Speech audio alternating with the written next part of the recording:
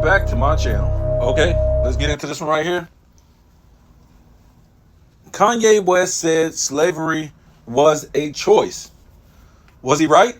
Well, Kanye got his teeth kicked in about this whole subject. And on my channel, we've been talking about slavery and how you had all these hundreds and hundreds of slave owners in the South and many in the North, right? On this channel, we talked about Anthony Johnson not only being one of the first slave owners in the United States, which was the 13 colonies, right? But he was also black, right? Not only that, it was no such thing as lifetime servitude when Anthony Johnson and these slave owners came to the United States as colonists. And it's interesting that they call this guy a colonist. And they say that he was a slave first and then bought his way to freedom, right? I just haven't found any documentation that he was a slave. I haven't seen it. And also, I haven't seen, my fault. Also, his parents were not slaves, right? They came over here on ships with him. So I don't know how he could be a slave. So these are some of the things that we've talked about before. And look, I'm not claiming to be a historian or I know everything and I'm always right. But what we need to use is common sense. Because what they're telling us in some instances doesn't make any sense about slavery, about racism in those times. We even talked about Jim Crow. It makes no sense. But if you only know one way of what they tell you and you only believe in one thing that they tell you, everything else will line up exactly for them. And what I mean is, if you don't question, well, how could this be? If this happened, what? I'm telling you, man, people are getting dumber and dumber by the damn day, by the year, by the decade. Sometimes you like, wow, these people go to college to be doctors, to be lawyers, to be scientists, but they have absolutely no common sense. When I start to read into the past of the people in the 1600s, 1500s, 1200s, 1800s, they are more literate and more intelligent than the people are today. It's not even close. It's not even close. So yeah, Kanye West was condemned for saying these things. And then he kind of backtracked on what he said. Of course, he backtracked on what he said because he was trying to get a lot of people to think about what they've been told. Right? But the other side comes in where they play this other game. You better step back in line with the other sheep and stop trying to think. Kanye West, these people, when you start to look at these people's genealogy, it's real funny. Their story starts to fall apart about who they are, what they stand for. I'm talking about all these celebrities. Kanye West, his great-grandmother, is white. She's from Switzerland on his mother's side. Just found out the other day that 50 Cent, his grandmother is white. Now, people might say, well, they've seen him with a black grandmama. That's up to you. I mean, I don't know who these people he's parading around with, but his grandmother on his mother's side is white. Look it up. I was shocked too. Wasn't something I was looking for. I heard him trolling Diddy the other day, and he started with this, West Indian accent. I was like, well, he's from Jamaican Queens. He might be from Haiti or Jamaica or whatever like that. So I went to go look up his genealogy, and it said his grandmother was white. And I'm like, nah, maybe a mistake. So I typed it up on the internet. I said, if 50 Cent mother white? 50 Cent grandmother, is she white? And it said yes. And it explained everything. And I was like, whoa, that's crazy. I would never think that. So that's just one thing. Genealogy trumps everything. And once you get into genealogy, you start to see that this is the fakest place ever that you're at. Nobody's telling the truth about who's who and what happened. It's all a lie. And guess what? They ain't got to tell you. Because it's all there. They ain't got to tell you. They trying to make money off this lie. That's what everybody's trying to do. It's a system full of lies. So let's just go back and look at slavery again. Because some of the stuff that don't really make sense to me. This guy on the screen is William Ellison Jr. Born December 5th. As April Ellison. I didn't know they called guys April, but I guess they did back then. Was an American cotton gin maker and blacksmith. Wow. In South Carolina, and a former African-American slave. Wow, that's a lot of things to be, right? First you said he was an American, now he's an African. No, my fault. He was a former African-American slave. Okay. You called him American, and then a former African-American slave who achieved success as a slave owner before the American Civil War. Before I tell you, this was one of the richest guys. He was richer than white people. He was rich, rich. He had owned so much land and so many slaves. Success as a slave owner before the American Civil War. He eventually became a major planter and one of the wealthiest property owners in the state.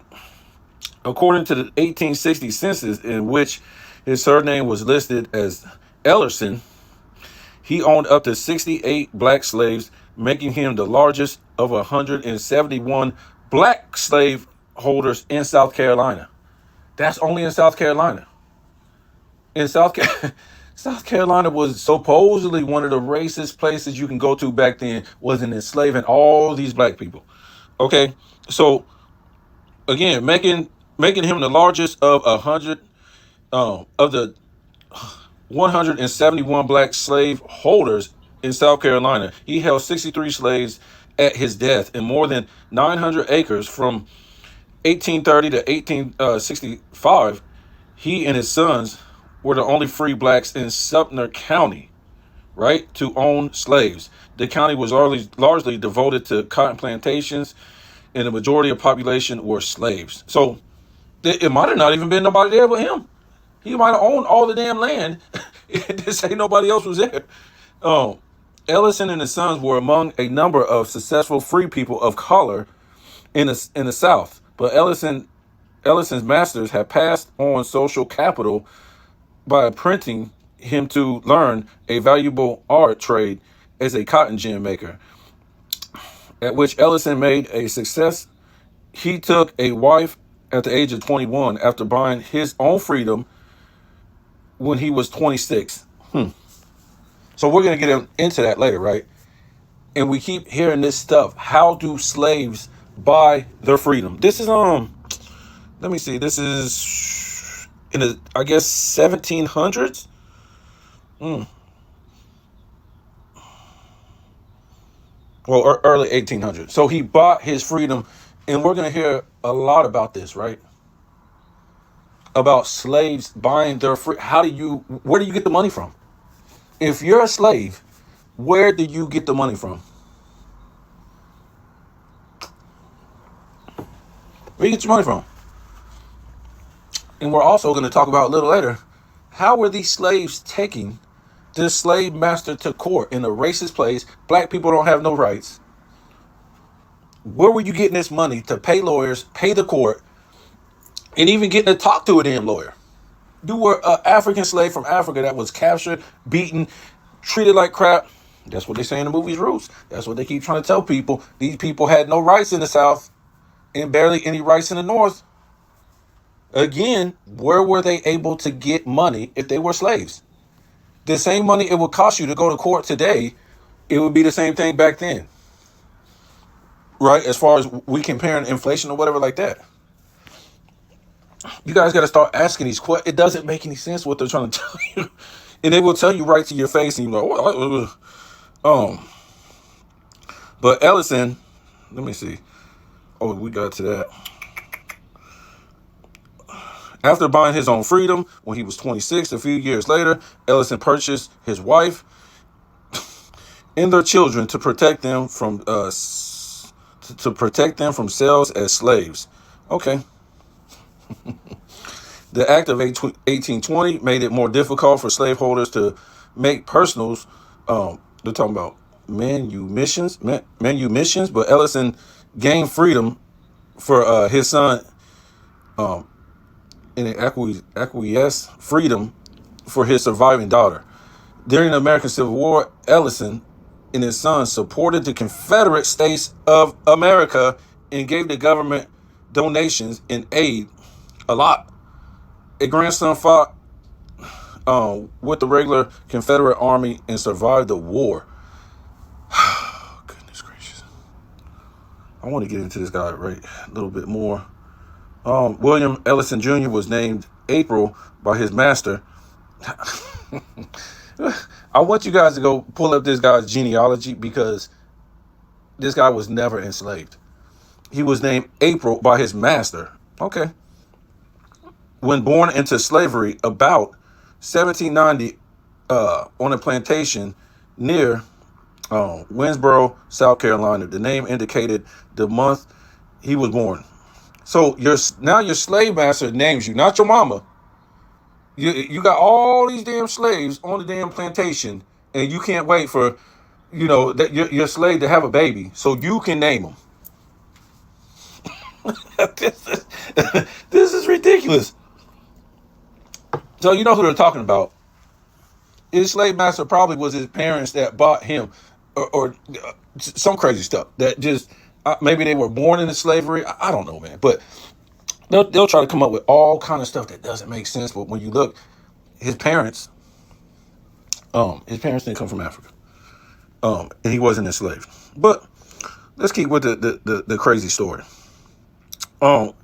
Which was a common slave naming practice at the time. In 1800, the man April was documented as owned by William Ellis. you see, this is this guy's real name, William Ellis. But when you go look at his parents, that's his father's name too. And he's got a mom. How is he on a genealogy chart with a slave owner? This makes no sense. You will have no genealogy. You won't even be on the census records if you was a slave. The only way you're gonna be on the census record as a slave if you was on the slave master's census record of him on a slave schedule. That's it. This guy was never on a slave schedule, and he was on the census for his own house, his parents' house. They just be, like I said, once you get into genealogy, it trumps all this fictional nonsense. And that's what I thought. I thought my people were slaves. So when I went to go look it up, they wasn't. They own their own land, and they came from Arkansas, went to Mississippi, own their own land. I ain't trying to say they own slaves. Maybe they did, but I didn't see it. So, anyway, William Ellison apprenticed young April at age 10. So, he's a slave, but he's going to apprentice his slave. You got to remember, this guy's got a daddy, a mama, everything else, but the slave master is going to take it on himself to show this guy how to run this machine, make all this money, and do all this stuff. Not his own children. He ain't going to leave none of this knowledge for us. This is the most ridiculous thing you ever heard, bro. And these are these stories that they try to make up, but they make no sense. Only the stupid people who say, yes, yes, it's ridiculous. William Edison apprenticed young April at age 10 to a cotton gin maker. This will provide him with a valuable, highly skilled trade to make a living as an adult. This is a slave. Yeah. What is he? He took somebody else's children out of this damn slave plantation, and he's trying to help this kid. These people, this is his father. These people they have to talk to you like this because you know nothing about slavery. Zero, nothing. And we're gonna see later on. This would provide him with a valuable, highly skilled trade to make a living as an adult. Cotton gins were in demand to make a good profitable processing of sorting staple cotton. The invention of the cotton gin at the end of the 18th century led to widespread cultivation and of a short staple of cotton. Blah blah blah. Let me get into this. Let me see. April Ellison completed his apprenticeship after 6 years and continued to work at the shop as a hired hand. A hired hand? I thought he was a slave. Most of his earnings went to his master, as April was a slave who was hired out. But it appears April was allowed to keep portions of his fees, as he later purchased his freedom from Ellison.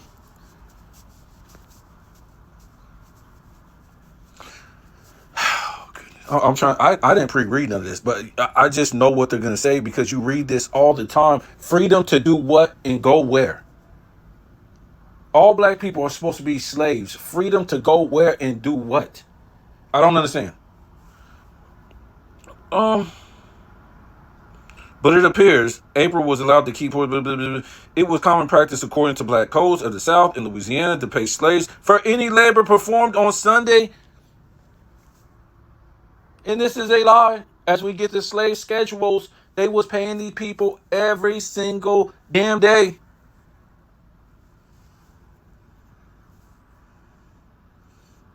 Not slave schedules, slave payrolls, right? Only on Sunday. April continued to learn a variety of complex skills related to cotton gin making and repair. He also learned blacksmith. Um,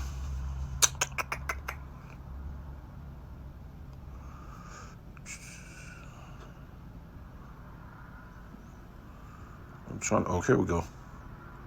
They just had a whole bunch of stuff. They're trying to cover up this guy, so they're just like writing what they want to write, right? Because they can't explain how hundreds and hundreds and hundreds of black slave masters owned thousands of slaves during slavery in the South. They can't explain that. After gaining his freedom in 1817, Ellison moved to Sumter County, South Carolina, blah, blah, blah, where he established himself as a cotton gin maker. This area was rapidly being developed. I told you, remember, he had all them slaves and he was the only black person there because it was just him. He had bought all the damn land. They tried to make it look like it wasn't no more black people there. It was just him and a whole bunch of racist white people in Carolina. Man, these people is something else. This area was rapidly being developed for cotton plantations of short staple cotton. At first, he paid for the labor of slave artisans who had been hired out by their masters. Here we go again. You just leaving your master was hired. They were hired out. Okay. Within 2 years, he purchased 2 artisan slaves to work. Remember, these are the same slaves that got apprenticeships and was taught by their masters to be able to make a whole bunch of money later. This is the most ridiculous thing you ever heard. You would want white people of your own people doing this and learning these skills. You wouldn't want these people. You wouldn't want these people in the field doing the labor work, right? As we're told, they're giving these slaves apprenticeship that you would go to a union and learn apprenticeship and stuff like that and make a whole bunch of money later. This is ridiculous, man. Within 2 years, he purchased 2 artisan slaves to work on his shop. By 1830, he held 4 artisan slaves. By 1840, he held a total of 8 slaves who worked in his cotton gin business. Remember, this guy is supposed to be a slave, right? And slavery was all black people. Why is he starting to do this? Why are these black people supposedly running away from slavery or getting their freedom and then slaving other people? But this was bad, right? Let me see. They were both skilled and unskilled. As the latter cut wood from his land, blah, blah, blah. By the 1850s, he also operated a blacksmith shop with artisan slaves. Let me try to get into this, to the meat of this thing. Eventually, Ellison earned enough to buy land, starting with more than 50 acres. By 1850, he had increased his holdings to 386 acres and established his own cotton plantation. By that time, he owned 32 slaves. Let me see here. The Ellis family joined a church. Um, William Ellison was the first free person of color to install a family branch on the first floor of the church. Which, yeah, these black people around here got churches and businesses, and you want to go to a white church? Usually come on. They're trying to say usually reserved for white families who could afford to pay for a bench and donate to the church. So they're trying to say this church was mixed with black people and white people. That's what they're trying to say. And it was so racist. Him and his family established a family cemetery on their plantation based on transcripts of the gravestones, and his wife. 3 generations of descendants, including his sons and his wives, were buried on this property, blah, blah, blah. In 1852, Ellison bought Keith Hill and Hickory Hill plantations, bringing his total of land holdings to more than 1,000 acres. Wow. And of course, he got more slaves, 53 slaves. Let me see. He also, yeah, it's just a lot here, man. I'm trying to get, like, let me see.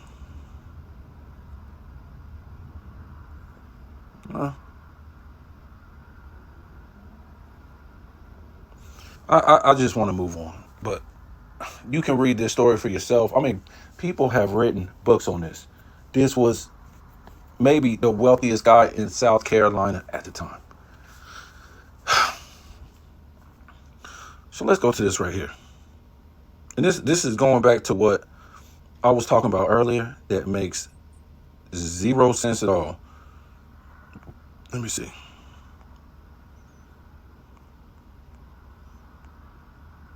The decision involved the case of Dred. Hold on, let me pull this up. Let's read this Dred Scott case, because like I said, all these black slaves had all this money suddenly. Remember, they were captured from Africa, and they were able to take their slave masters to court. Wow.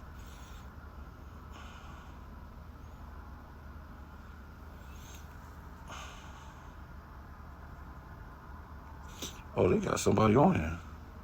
Let me see.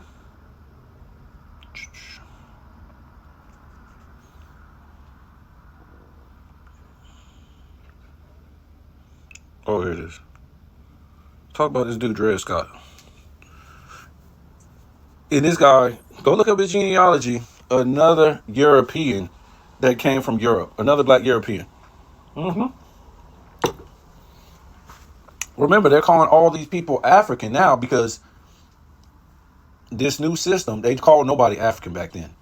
Nobody. And on the census, all this stuff didn't really start coming out until maybe the late 1700s. White, black, colored, Afro-American. Right? So none of these names were back then as far as African and African-American. This is new. So now they're calling people stuff that they weren't back then. And you can see the name changes because they want to keep changing history. In the 1600s, there was no place as Africa. If you go look up Africa, you're going to see what it was called before. And those people on the continent of Africa never called that place Africa. The Europeans named that place Africa. Dred Scott, they say he was born in 1799, was an enslaved African American. How? There was no African Americans back then. A man who, along with his wife, Harriet, unsuccessfully sued for the freedom of themselves and their 2 daughters in the Dred Scott versus Stanford case of 1857, particularly known as the Dred Scott decision. The Scots claimed that they should be granted freedom because Dred had lived in Illinois in the Wisconsin territory for 4 years where slavery was illegal. The laws in those jurisdictions said that slave holders gave up their rights to slaves if they stayed for extended period. So I'm not gonna I'm not gonna go too deep into this thing because we all know this. We all know the Dred Scott case. Um,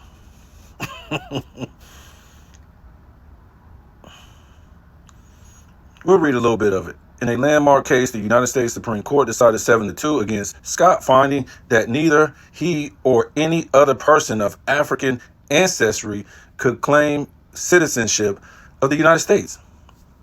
Okay, that's a lie because there were black citizens at the time back then. As long as a lot of them register land with the government, we told you what register means. You give it away, now you got to pay taxes on it. But they will give you protections, right? You will get special benefits, right? So many people didn't want that. They felt that they could protect themselves. They didn't want the benefits. They didn't want the land being taxed because once you register and you got to pay taxes on it, and you get behind on the taxes, guess what? Now they start to put penalties on it, and if you don't pay the penalties and pay blah blah blah, now they take it. That's what happened. And we talked about this before. That's why a lot of black people couldn't vote during the Jim Crow because their land wasn't registered with the government, and they didn't want to because they didn't want to pay the taxes because they weren't done back then. They knew if they fell back on it, guess what would happen? They keep charging more fees, and eventually they'll take it. But again, don't worry about that. Martin Luther King registered all black people's land, especially in the South, and they have no more land now. That's what that was about, right? That's what that was about. When they say black people can't vote, that was a lie. If you registered your land, you did certain things like went to school, they did like a literacy test, all kind of different things, right? You had to be a citizen. You got to be a citizen. How about a lot of people? A lot of people back then weren't a citizen of the United States. As long as they didn't register their land, they weren't considered citizens. Even if it passed on to their children, that's a whole different subject. Let me see. And therefore, Scott could not bring suit in federal court under diversity of citizenship rules. Scott temporary residence in free territory outside Missouri did not bring about his emancipation because the Missouri comprised, which made the territory free by prohibiting slavery north of the 3630 parallel was unconstitutional because it derived citizens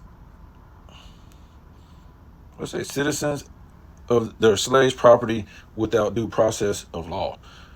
Look, we don't really need to get too far into this Dred Scott case.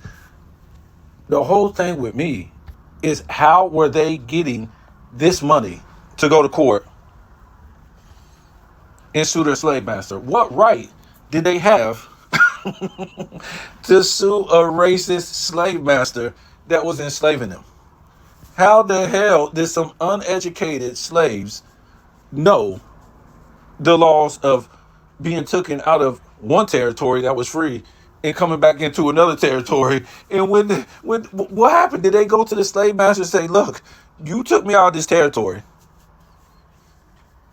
I need some money because I want to take you to court"? How did they go to the slave master and tell? What are we talking about here? This is like people believing Michael Jackson changed his face 5, 6, 7 times and got these surgeries, instead of figuring out this was a different guy every damn time. But they don't want to realize this because their heart will be broke. That they was lied to by Michael. That they was lied to by the media, right?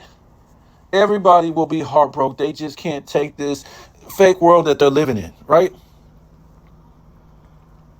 They will tell you somebody could cut off their chin, their cheeks, their nose, their ears, their forehead, and make a whole damn new face 4 or 5 times while bleaching their skin. That's what they will tell you.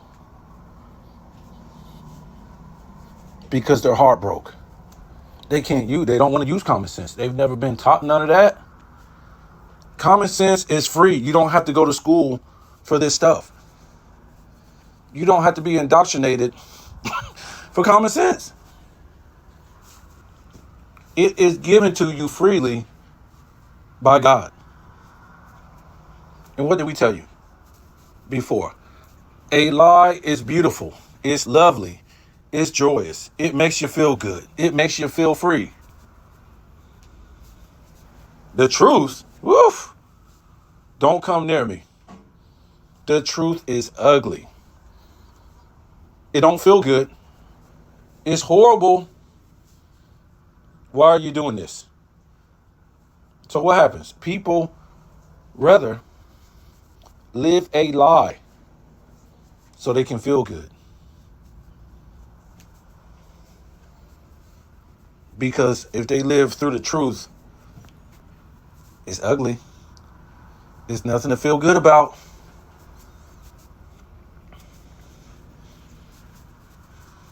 We all know what Dred Scott, he ended up getting free after the Civil War was over. And, before that, who is it? The abolitionists, they try to get him free. I want to do a whole video on them. We talked, they were a joke. Abolitionists were a joke. They were running a game. They're kind of like what you call Black Lives Matters right now, right? Those type of people, right? The type of people that say, oh, back in the day, women's rights. Well, y'all took women's rights away. How did you got right to speak and do all this stuff, but you say women have no rights? That don't make too much sense to me. How's the government giving you right to speak? So let's move on here. And we might not be able to get into this, but I want you guys to look up slave payrolls, right? And they're going to make up all kind of lies. Like they just did. You heard it right there. They got paid on Sunday, right? Slaves only got paid on Sunday. But this guy freed himself, paid for his own freedom, and became one of the wealthiest guys in the town. And when you hear these stories, again, just don't think about one guy, one black guy. Like he was the only black guy around. We're talking about hundreds,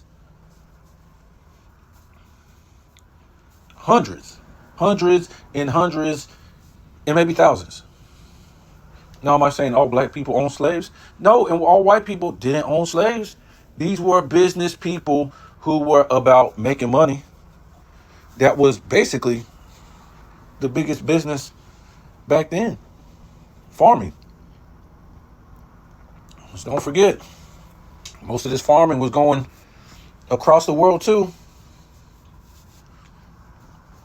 America was feeding the world. As soon as the Europeans came over here and made deals with these Indians. So I want you guys to go look up slave payrolls, right? And like I said, they're going to make up all kind of excuses. They're going to say all this stuff. Some of them say, oh, these Confederate slave payrolls. We paid slave soldiers to fight. Oh. No, they didn't. Because they didn't do that. You saw what we were just saying right there with William Ellison. He gave to the Confederate Army to fight in that Civil War. And again, if you think it was just him, no. If you lived in the South, you was a Confederate. Especially if you was free. This was your land. This is where you was born. This is what you represent. Just like if you was in the North, that's what you was representing. We know about that rift. They just don't want you to know that it was free blacks, not only up north, by the tens of thousands, or maybe the hundreds of thousands, but in the South too. They don't want you to know a lot of this stuff because the gig will be up in the United States.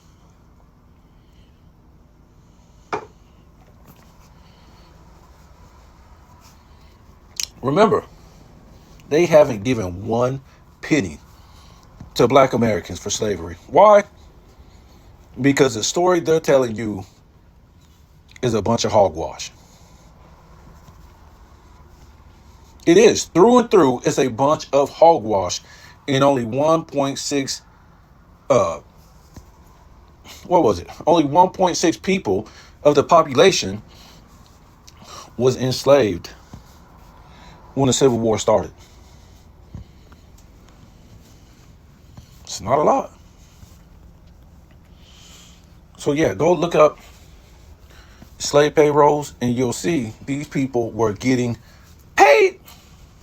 They were getting paid to be slaves, and they were coming from places all over, not only Africa, but Europe, were black people. They were coming into the Americas. Yep, from Spain. The same thing that was going on up here that they're lying about going on down in Latin America. We can do a whole video on that. The same damn thing. A bunch of lies that don't make any sense. Also, what they failed to explain is how did black people back then get on the money on Confederate currency? How did they get on the money in the South? North Carolina, South Carolina, Georgia, New Orleans, Mississippi. Black people was on the money. They were on the money as farmers. And you know what they'll say now is? They'll say that those are slaves. Those were the white man's slaves that was on the money. Wow. That's what they're saying now. So you put slaves on the money? You gotta be kidding me. You drug some people all the way from Africa, beat them, tortured them, whipped them, did all this stuff, didn't feed them on the way here, chained up, ain't had an inch of space between all these people on the ship, and you bring them over here to put them on your money? Apprenticeship? Show them how to make money? I tell you, man, these stories. So, also, I don't know if we got time, but I want you guys to go back and look at some of this nonsense they're telling you that these people are coming to the United States, or those slave states, as slaves with first and last names. They're coming to the United States to be slaves with first and last names. And some of the story will be, like I heard, the most craziest stuff you ever heard.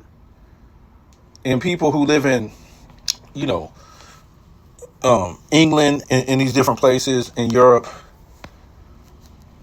they should be like, what the hell are you talking about?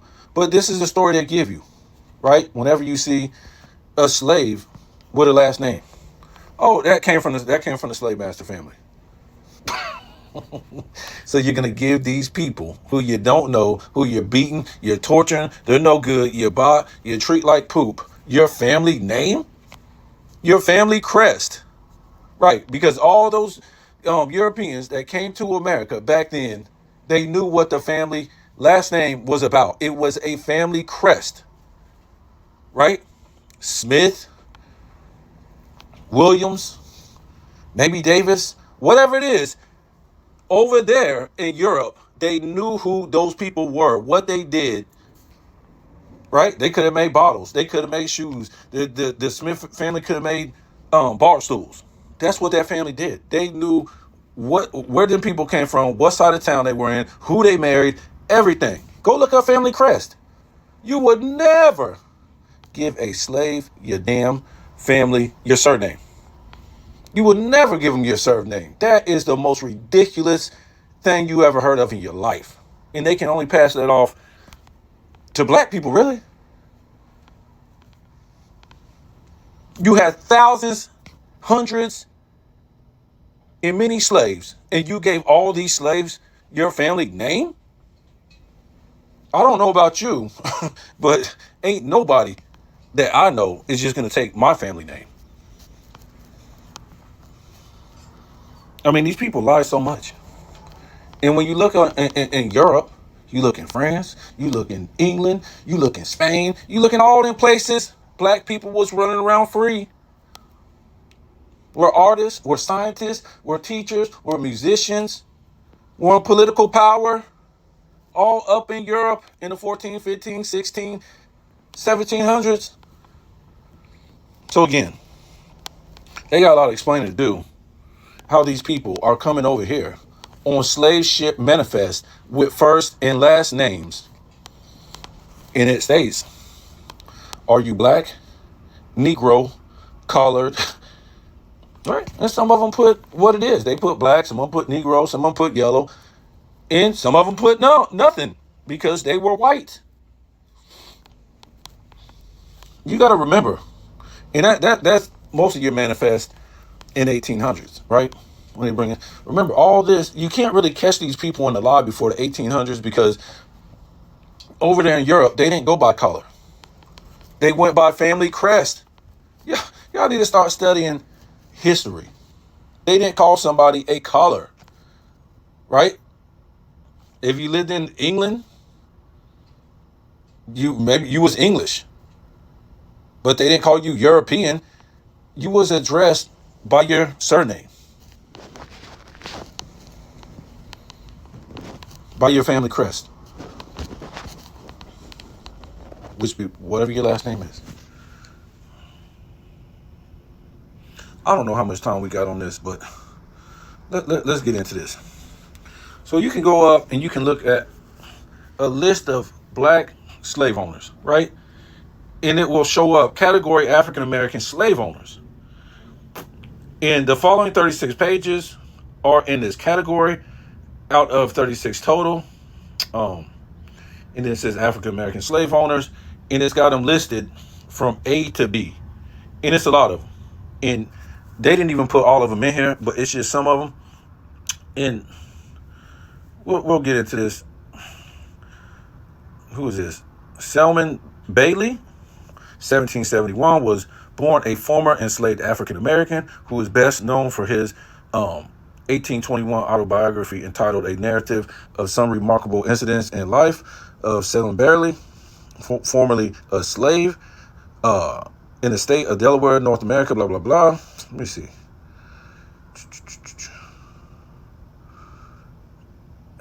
He worked as a farmer and at a sawmill in their later years. He and his wife emigrated in 1871 to the new colony Liberia, where he worked as a missionary and farmer. His short book about the colony was published, blah, blah, blah. Let me see if I can find this. I'm not going to read all that. But he was a slave owner. I'm not going to go through all that. They're trying to jump through stuff. Antoine Doublet Jr., let me see, born 1887, was a state treasurer Louisiana from 1868 to 1878 before the American Civil War, was one of the wealthiest African Americans in the nation. After the Civil War, he was the first person of African descent to hold office as Louisiana treasurer. Woof. Let me see.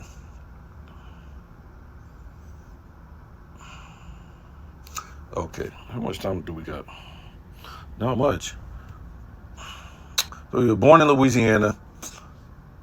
He was the son of Antoine Doucet Sr. Both were free blacks. His father was part owner of Cedar Grove, a successful sugar plant. He inherited from his parents, Joseph, blah, blah, blah. He's talking about his parents. Upon his father's death, his mother moved to New Orleans with his younger children. They took over his father's responsibilities and assisted in managing the plantation and enslaving more than 70 people. In 1834, the plantation was divided, blah, blah, blah. I mean, you got to go look this up, man. I don't, maybe we'll just do a whole separate piece on this. Let me see.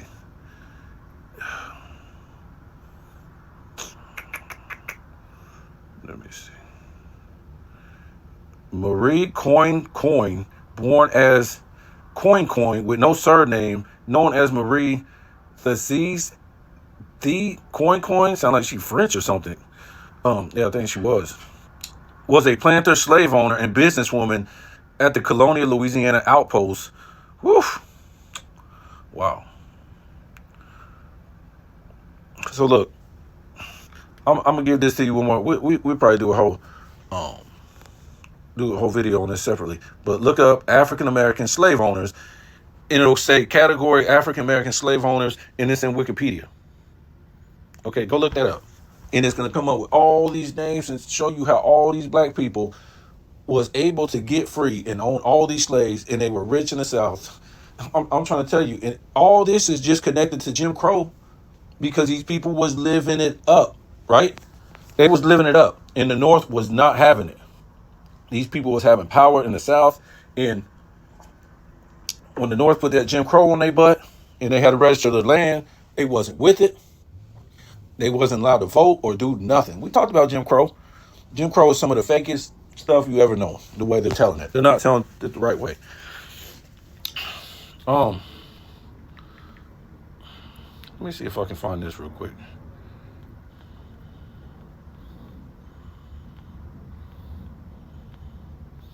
Oh, I guess I don't have it. Anyway,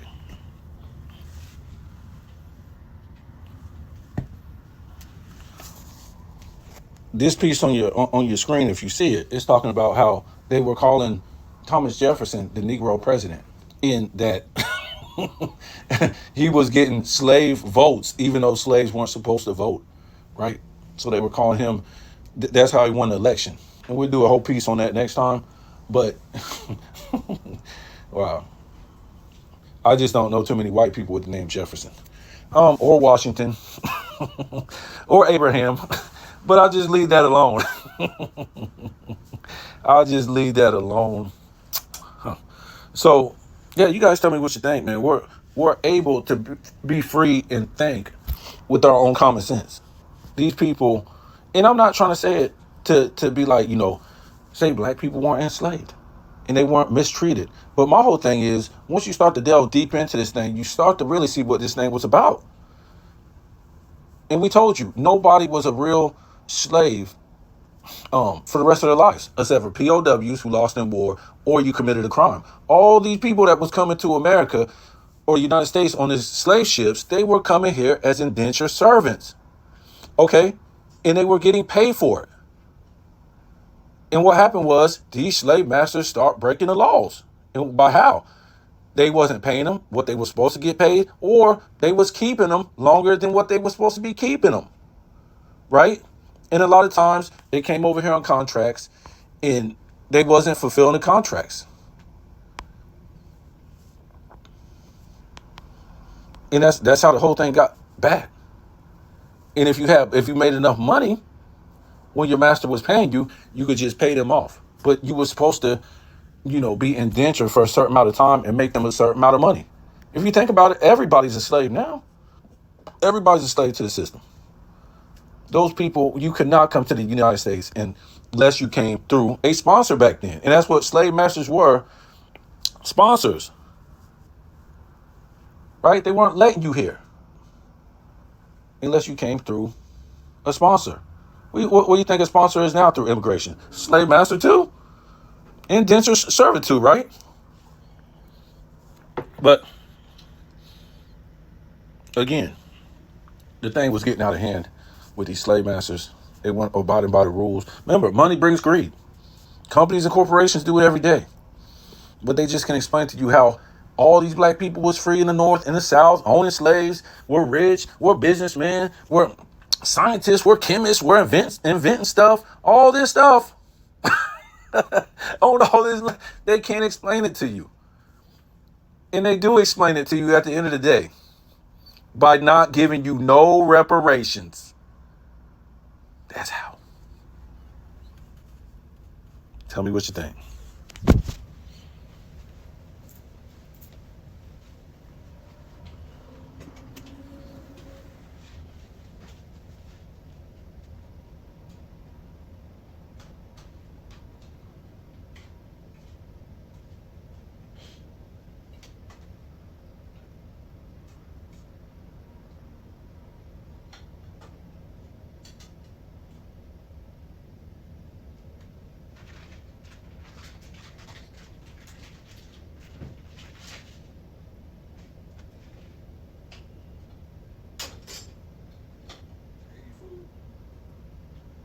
Chicken food.